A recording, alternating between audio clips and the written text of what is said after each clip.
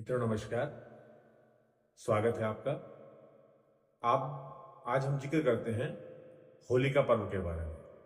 होली का पर्व हमारे हिंदू सनातन धर्म का एक त्योहार माना जाता है। मेनली हम त्योहार क्यों मनाते हैं, होली का पर्व क्यों मनाया जाता है, इसका धार्मिक, सामाजिक, वैज्ञानिक क्या कारण हो सकता है।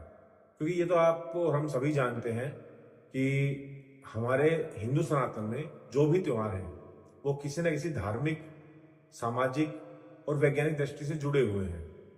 इसके बारे में फिर भी चर्चा करेंगे हम कि कौन कौन से त्योहार और क्यों क्यों जुड़े हुए हैं। लेकिन सबसे पहले हम होलिका के बारे में जिक्र करते हैं।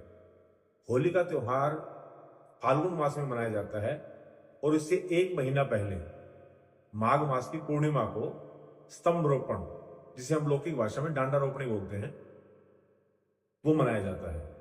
डांडा रोपणे का क्या मतलब है, में क्यों डांडा रोपण किया जाता है, ऐसा क्या रीजन है, ऐसा क्या कारण है कि हम एक महीने पहले ही डांडा रोपते हैं।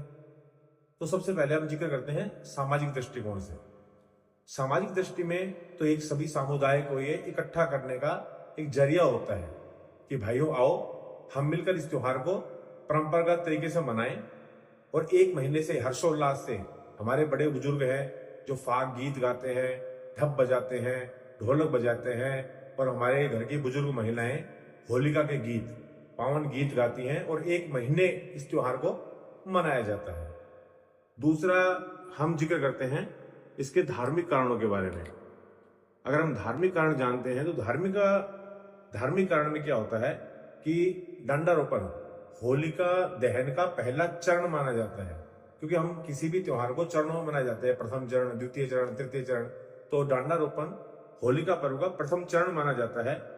और यह मान्यता है कि दंडारोपण से नकारात्मक शक्तियां दूर होती हैं, वातावरण शुद्ध होता है। और इसी जगह पे अगर हम वैज्ञानिक दृष्टिकोण से इस चीज को देखते हैं, वैज्ञानिक दृष्टिकोण में डंडे को मंगल का तत्व माना जाता है। पुराने जमाने में रोगों की रोकथाम के लिए भी इसका प्रयोग किया जाता था।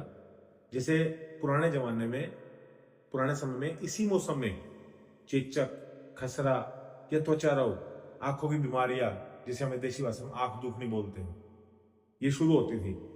तो होलिका दहन का धुआं, जो जड़ी बूटियां हम होलिका में दहन करते हैं, बिड़कुले जलाते हैं, गोबर जलाते हैं, कपूर जलाते हैं, उनसे क्या जो उसका धुआं निकलता है, इन सभी रोगों से भी हमारी रोकथाम करता है और सभी रोगों से हमें स्वस्थ रखता है। इससे तापमान भी संतुलित होता है।